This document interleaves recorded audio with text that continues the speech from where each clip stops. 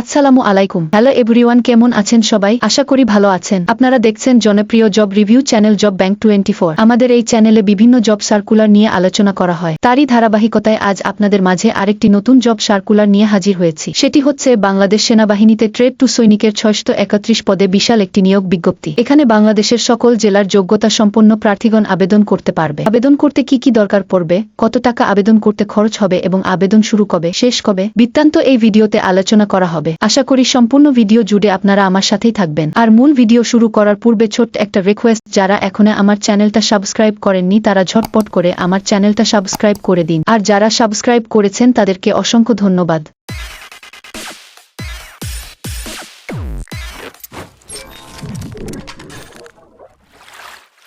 বন্ধুরা, তো চলে এলাম মূল যে বিজ্ঞপ্তিটি সেটিতে। এখানে প্রথমেই আলোচনা করবা শিক্ষাগত যোগ্যতা ও বয়স সীমা নিয়ে। এখানে আবেদন করতে হলে অবশ্যই আপনাকে এসএসসি বা সমমান পরীক্ষায় জিপিএ 2.50 পেয়ে উত্তীর্ণ হতে হবে। এখানে বয়সের ক্ষেত্রে বলা আছে যাদের বয়স 1 ফেব্রুয়ারি 2026 তারিখে 17 থেকে 20 বছর এবং খুব পেশার অভিজ্ঞতা সম্পন্ন প্রার্থীদের জন্য 17 থেকে 21 বছর, কেবলমাত্র তারাই এখানে আবেদন করতে পারবে। এখন দেখব শারীরিক যোগ্যতা। উচ্চতা পুরুষ প্রার্থীর ক্ষেত্রে 5 ফুট 5 ইঞ্চি এবং মহিলা প্রার্থীর ক্ষেত্রে 5 ফুট 1 ইঞ্চি হতে হবে। বুকের মাপ পুরুষ প্রার্থীর ক্ষেত্রে স্বাভাবিক অবস্থায় 30 ইঞ্চি, সম্প্রসারণ অবস্থায় 32 ইঞ্চি এবং মহিলা প্রার্থীর ক্ষেত্রে স্বাভাবিক অবস্থায় 28 ইঞ্চি, সম্প্রসারণ অবস্থায় 30 ইঞ্চি হতে হবে। একটি বিষয় মনে রাখতে হবে, যোগ্যতার প্রশ্নে কোনো ক্রমে বিবাহিত হওয়া যাবে না এবং সাঁতার জানা আবশ্যক। এখন দেখি আবেদন ফি বাবদ কত টাকা লাগে এবং কিভাবে আবেদন করতে হয়। একজন পরীক্ষার্থীকে ট্রেড 2 আবেদন করতে ভর্তি ফি বাবদ 200 এবং অনলাইন রেজিস্ট্রেশন ফি বাবদ 100, সর্বমোট এই 300 টাকা খরচ হবে। পরীক্ষায় অংশগ্রহণে ইচ্ছুক প্রার্থীগণকে টেলিটক প্রিপেইড সিমের মাধ্যমে আবেদন করতে হবে। আবেদনের পূর্বে অবশ্যই সিমে 300 টাকার অধিক ব্যালেন্স থাকতে হবে। প্রথম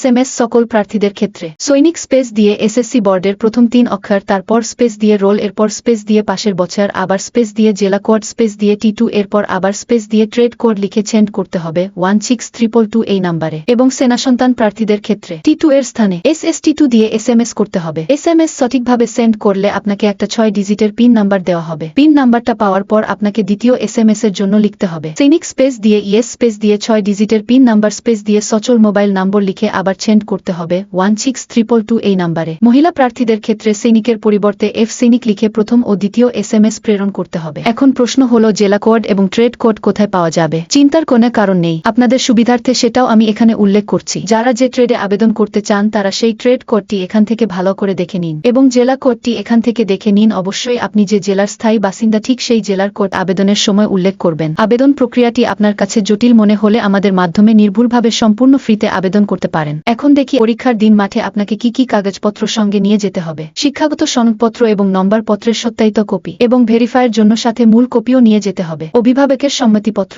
নাগরিকত্বের সনদপত্র, জন্ম নিবন্ধন এবং জাতীয় পরিচয়পত্র, পিতা মাতার জাতীয় পরিচয়পত্রের সত্যায়িত ফটোকপি, পাসপোর্ট সাইজের 6 কপি এবং স্টাম্প সাইজের 2 কপি সত্যায়িত ছবি এবং প্রবেশপত্র, এসব নিয়ে নির্দিষ্ট তারিখে মাঠে উপস্থিত হতে হবে। তো বন্ধুরা, এই ছিল আজকের জব সার্কুলার নিয়ে বিস্তারিত আলোচনা। এতেও যদি কারো বুঝতে অসুবিধা হয় এবং আমার আলোচনার মাঝে কোনো ভুল হয় তবে আমাকে কমেন্টে জানাতে ভুলবেন না। আর আমার ভিডিওটা ভালো লাগলে লাইক এবং বন্ধুদের সাথে শেয়ার করে আমাকে আরো নতুন নতুন ইনফরমেটিভ ভিডিও বানাবার অনুপ্রেরণা যোগানোর অনুরোধ রইল।